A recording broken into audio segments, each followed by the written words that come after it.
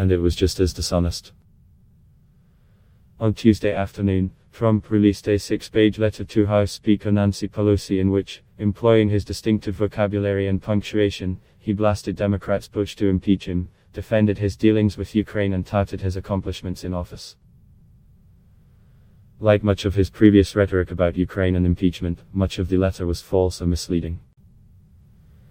Trump repeated multiple false claims that have been debunked on numerous occasions. He also delivered some new claims that were false, misleading, or lacking in context. We're not finished going through all of Trump's claims in his letter, but here are some early fact checks. Dealings with Ukraine decried the so-called whistleblower who started this entire hoax with a false report of the phone call that bears no relationship to the actual phone call that was made.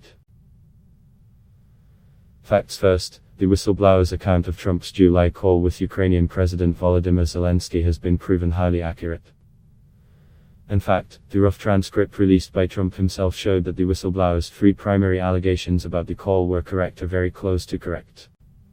You can read a full fact check here. Trump claimed the whistleblower disappeared because they got caught. Their report was a fraud. Facts first, there is no evidence the whistleblower has disappeared, let alone that they have vanished because they were shown to be inaccurate. Whistleblowers do not have an obligation to speak publicly after filing their anonymous complaints. Trump wrote, Ambassador Sondland testified that I told him, no quid pro quo. I want nothing. I want nothing. I want President Zelensky to do the right thing, do what he ran on. Facts first, Sondland, Trump's ambassador to the European Union, did testify that Trump told him this, but Sondland nonetheless said that, in his own opinion, there was indeed a quid pro quo. Trump wrote that the rough transcript of his call with Zelensky was immediately made available. Facts first, the call occurred in July. Trump released the rough transcript in September, after the public learned of the existence of the whistleblower complaint about the call. Trump wrote, President Zelensky has repeatedly declared that I did nothing wrong, and that there was no pressure. He further emphasized that it was a good phone call, that I don't feel pressure, and explicitly stressed that nobody pushed me. Facts first, Zelensky did say there had been no pressure from Trump and made other statements to that effect, but he has not gone so far as to say Trump did nothing wrong. In an interview published by Time magazine in early December, Zelensky did say, look, I never talked to the president from the position of a quid pro quo. That's not my thing. But Zelensky continued, I don't want us to look like beggars. But you have to understand. We're at war. If you're our strategic partner, then you can't go blocking anything for us. I think that's just about fairness. It's not about a quid pro quo. It just goes without saying. Trump wrote, I said to President Zelensky, I would like you to do us a favor, though, because our country has been through a lot and Ukraine knows a lot about it. I said do us a favor, not me and our country, not a campaign. I then mentioned the Attorney General of the United States. Facts first, it's worth noting that Trump only adopted this explanation for his favor comments more than 2 months after he released the rough transcript of the July call.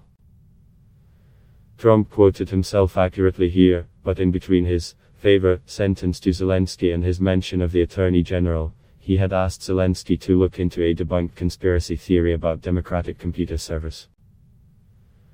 In his next series of comments to Zelensky, after Zelensky spoke, Trump asked Zelensky to look into former Vice President and current Democratic presidential candidate Joe Biden. Joe Biden and Ukraine. Trump wrote that Biden used his office and $1 billion of U.S. aid money to coerce Ukraine into firing the prosecutor who was digging into the company paying his son millions of dollars. Facts first, there is a lot wrong with this claim. The $1 billion in question was a loan guarantee, not an aid payment. The prosecutor, Viktor Shokin, was widely viewed by American diplomats and in the international community as corrupt. Biden was pursuing official policy in pushing for Shokin's ouster. And the prosecutor's former deputy has said that the investigation into the company where Biden's son, Hunter Biden, sat on the board of directors was dormant at the time Joe Biden applied the pressure. Trump wrote, Biden openly stated, I said, I'm telling you, you're not getting the $1 billion. I looked at them and said, I'm leaving in 6 hours. If the prosecutor is not fired, you're not getting the money. Well, son of a bitch. He got fired. Even Joe Biden admitted just days ago in an interview with NPR that it looked bad. Facts first, Trump was not entirely clear on what he meant by it, but he left open the impression that Biden had recently told NPR that his effort to oust Shokin, the 2018 video of him telling the story of his effort to oust Shokin, looked bad. In fact, Biden's "looked bad" comment was about something different: Hunter Biden's position on the board.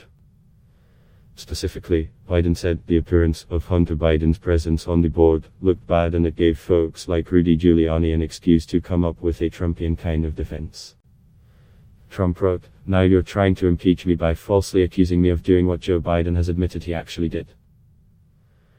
Facts first, Democrats are accusing Trump of abuse of power for soliciting foreign interference in the presidential election and for trying to use official acts to pressure the Ukrainian government into doing something that would help him personally. Biden has not admitted to anything of the sort. The impeachment process. Trump wrote, "I have been denied the most fundamental rights afforded by the Constitution, including the right to present evidence, to have my own counsel present, to confront accusers, and to call and cross-examine witnesses." Facts first, the constitutional rights of criminal defendants do not apply to public officials in a House of Representatives impeachment process, though Trump is free to argue that they should. Trump's counsel was denied the opportunity to participate in House Intelligence Committee impeachment hearings but was invited to participate in House Judiciary Committee hearings. Trump's counsel declined that opportunity. House Republicans were allowed to have their lawyer question witnesses at the House Intelligence Committee. Trump wrote, "More due process was afforded to those accused in the Salem witch trials." Facts first, Trump might have meant this as a non-literal figure of speech, but as a factual matter, the claim is absurd. Salem's current mayor told Trump to learn some history. 19 innocent people were hanged after they were accused of witchcraft in the trials of the late 1600s. The courts accepted spectral evidence from dreams. Some of the accused were tortured into confessions. Trump wrote of Hillary Clinton, "Your chosen candidate lost the election in 2016, in an electoral college landslide, 306-227. Facts first, leaving aside Trump's characterization of the result as a landslide, he got the numbers wrong again. If he was going by the number of electoral votes each candidate earned in the voting, the result was 306 for him to 232 for Clinton. If he was going by the final result, after some faithless electors defected from both him and Clinton, the result was 304 for him to 227 for Clinton. This was not a one-time slip. Trump is habitually inaccurate about this. Trump said Pelosi has a policy of open borders. Facts first, while Pelosi wants a more liberal immigration policy than he does, she does not support completely unrestricted migration. She has repeatedly endorsed funding for border security measures aside from the president's proposed wall. The Mueller investigation. Trump again claimed the cost of the Mueller investigation was $45 million. Facts first, the investigation cost $32 million, according to figures released by the Justice Department, and the government is expected to recoup about $17 million as a result of the investigation, most from former Trump campaign chairman Paul Manafort, according to a CNN analysis of the sentences handed out to people charged by Mueller. Trump said that the world now knows that former FBI Director James Comey is one of the dirtiest cops our nation has ever seen. Facts first, we give Trump wide latitude to express opinions about public figures, but the December report from Justice Department Inspector General Michael Horowitz presented no evidence that Comey was corrupt in any way. Horowitz found significant errors in FBI work connected to the Russia investigation, and rejected Comey's claim of vindication, but he did not make any finding accusing Comey of deliberate malfeasance. Supposed accomplishments. Trump claimed a colossal reduction in illegal border crossings. Facts first, while there has been a reduction since May, it is only a reduction from the high point of the Trump era. The total number of people apprehended at the southwest border, a proxy measure for the number of actual crossings, has been higher under Trump than it was in the late Obama era. Trump boasted of the US becoming the world's top energy producer. Facts first, the US became the world's top energy producer in 2012, according to the government's Energy Information Administration, under Obama, whom Trump has repeatedly accused of perpetrating a war on American energy. Trump claimed a completely reformed Virginia with choice and accountability for our great veterans. Facts first, the Veterans Choice Program was signed into law by Obama in 2014. Trump signed a law in 2018 to expand and modify the Choice Program, the Virginia Mission Act, but he did not create choice. Trump touted the building of the southern border wall. Facts first, as of December 6, the date of the latest official update from Customs and Border Protection, no miles of border wall had been constructed where barriers did not previously exist.